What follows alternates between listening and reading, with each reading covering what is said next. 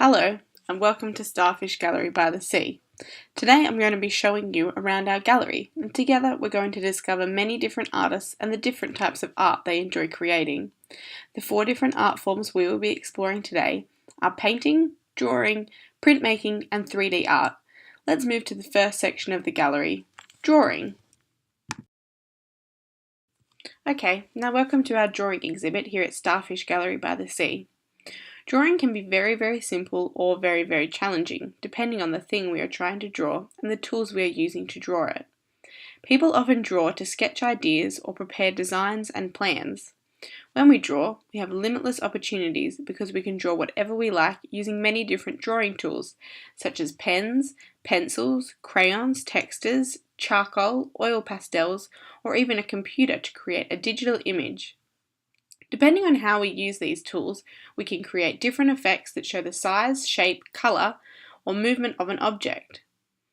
Here we can see a drawing by an artist named Andrew Dell. Andrew Dell lives in the Southern Highlands in New South Wales and usually takes many years working on each piece of artwork. This piece, named Breath, is unusual as she created it in less than 1 year using graphite and pastels.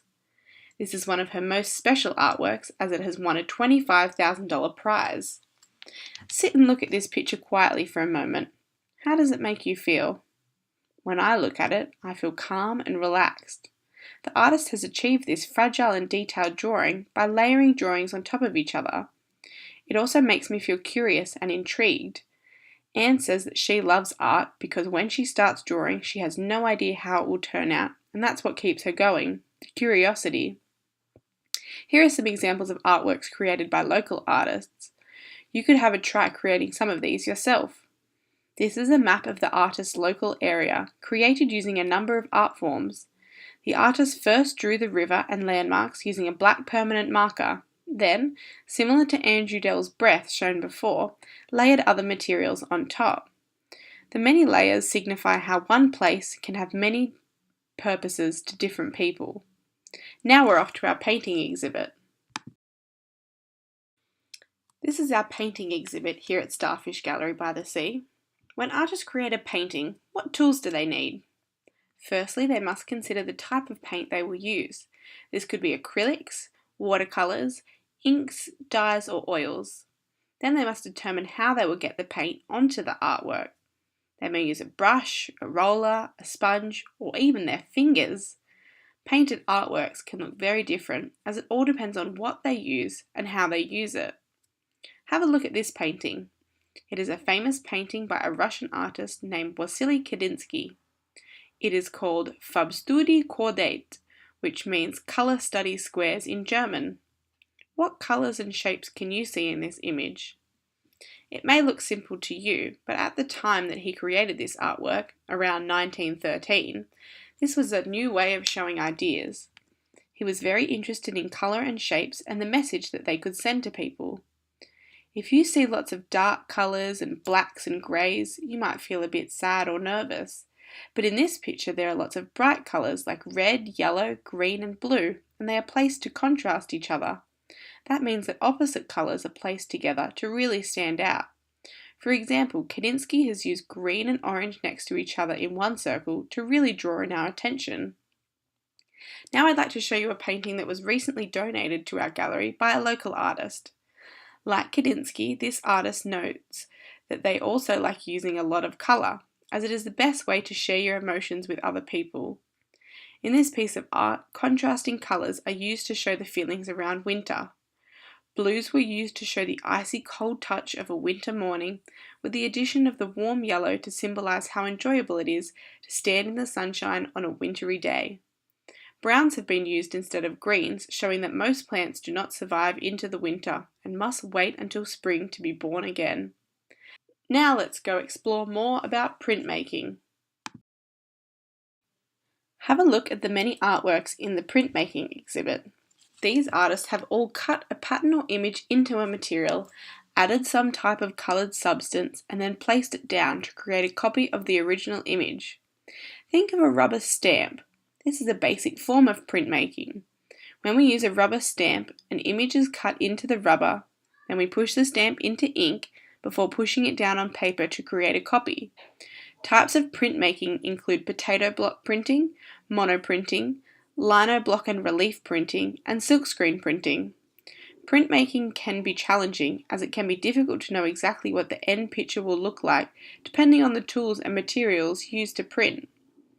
At the moment, we are very fortunate to have some of Cressida Campbell's artworks in our gallery. She is an Australian artist who lives in Sydney. Campbell uses woodblocks, paint and paper to create her artwork. She begins by drawing a picture on a block of wood. Then she carefully uses a sharp tool to etch into the wood, tracing over her pencil drawing. She then adds colour to the image by painting it, then gives the image a light spray with water to make sure it will be moist enough for the image to transfer onto paper. The artist is then left with two mirror images of the same artwork, one on wood and the other on paper. This artwork is called Margaret Olley Interior. The artist has used the house of her friend and fellow artist Margaret Olley as inspiration. She notes that whilst her life can be quite chaotic at times, art is a way for her to escape and relax from the world. So she enjoys creating calm and clear pictures that will help her audience escape their normal busy lives. Here is an example of printmaking that you could try. Using a similar method to Campbell, the artist has drawn an image onto a piece of foam, then pressed down hard with a pen to etch in the image. The artist then carefully applied a layer of thin paint using a roller before gently pressing the foam print onto paper. The print is the shape of a fish, and Aboriginal patterns have been used. The inspiration for this artwork was Lake Illawarra, a water and food source for local Aboriginal people. Welcome to our final exhibit, our Sculpture in 3D Art exhibit. 3D art means that the artist has actually created an item rather than just representing it on paper or canvas. Art really comes to life in this exhibit. Artists have created sculptures, models, installations and other 3D forms for a number of reasons. They may create it to show a special meaning, to add something pretty to an area, or for a real purpose. For example, some artists create jewellery as their 3D art form, which can then be worn and enjoyed by customers. Again, 3D art allows the artist to create anything they can think of, using any type of material available to them. The possibilities are never ending. Have you ever created a piece of 3D art? Other artists prefer to create unusually shaped creatures such as these. Have a look at these. What are they? Have you ever seen anything like this before? Do they look normal? These pieces of 3D art have been created by Jenny Orchard, an Australian sculptor.